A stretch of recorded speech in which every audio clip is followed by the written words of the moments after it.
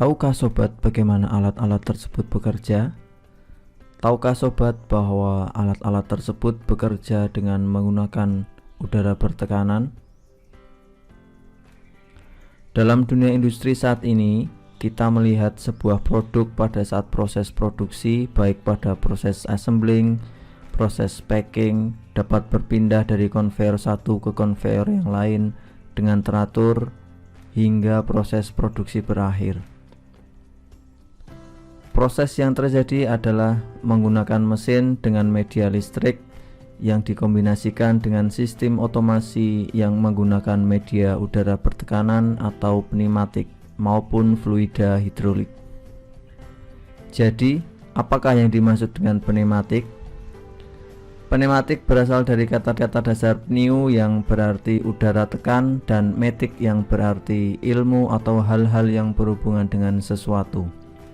Sehingga arti lengkap pneumatik adalah ilmu atau hal-hal yang berhubungan dengan udara bertekanan.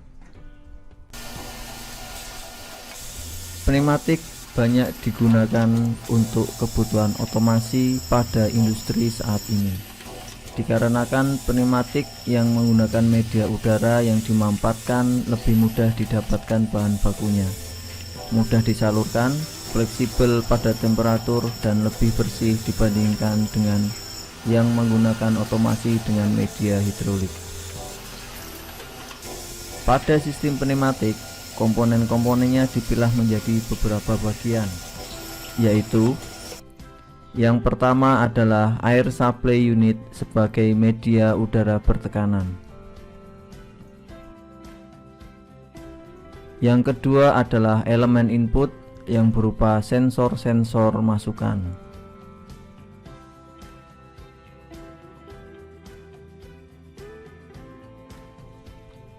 Ketiga adalah elemen pengolah atau proses.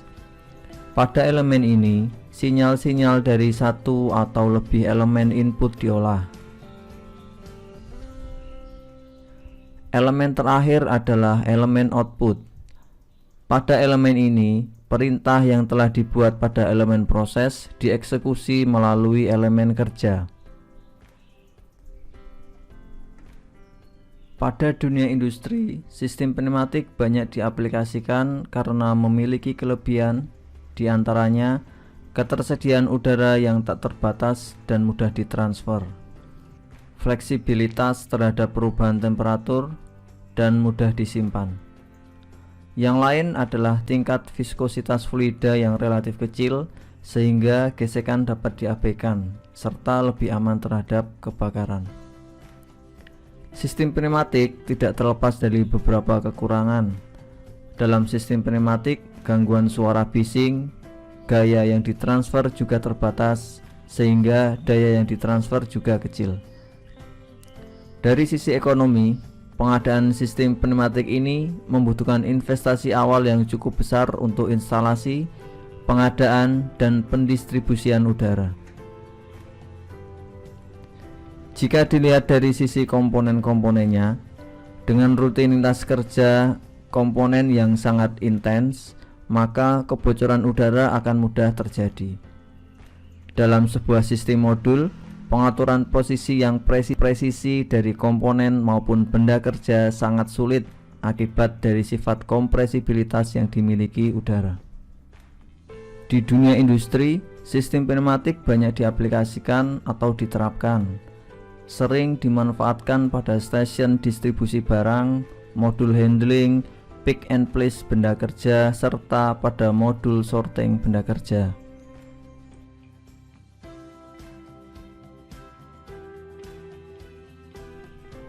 Sobat, pada bagian ini kita akan membahas bagian-bagian atau elemen-elemen dari sistem pneumatik.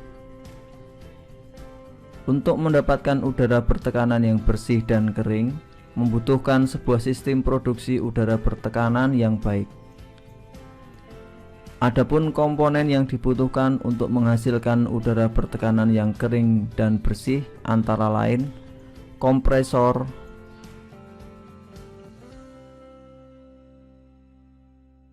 tangki reservoir,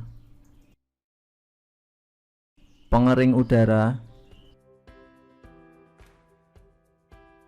distribusi udara, dan unit pelayanan atau service unit. Elemen pertama yang akan kita ulas adalah elemen catu daya atau sumber energi udara bertekanan.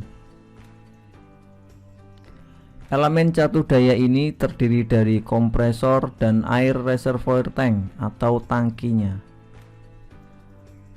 Kompresor adalah alat untuk memampatkan udara atau gas. Secara umum, biasanya menghisap udara yang susunannya terdiri dari beberapa gas. Fungsi kompresor itu sendiri adalah untuk menaikkan tekanan udara. Bagian berikutnya adalah unit pelayanan udara atau air service unit. Pada sistem pneumatik, unit pelayanan udara ini letaknya di hulu dan memiliki beberapa fungsi dari persiapan udara bertekanan, yaitu penyaringan, pengaturan, dan pelumasan. Air service unit terdiri dari 3 bagian utama. Yang pertama adalah penyaring udara bertekanan atau filter.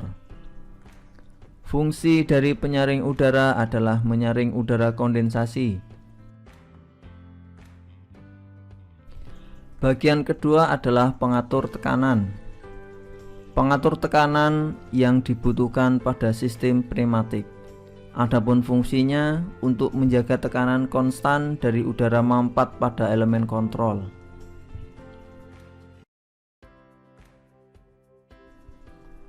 Bagian ketiga dari air service unit ini adalah unit pelumasan atau lubrikator.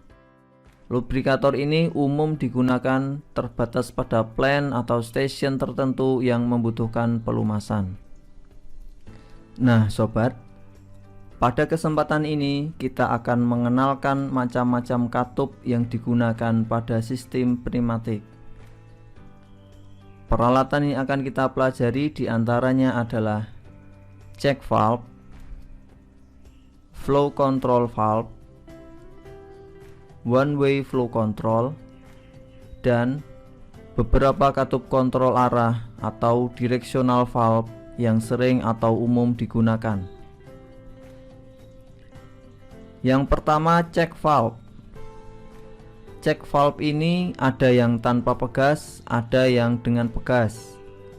Prinsip kerja dari check valve itu sendiri adalah lubang keluaran terbuka jika tekanan masukan lebih besar dari tekanan keluaran, termasuk yang menggunakan pegas, dengan artian lubang keluaran akan terbuka jika tekanan masukan lebih besar dari tekanan keluaran dan gaya pegasnya.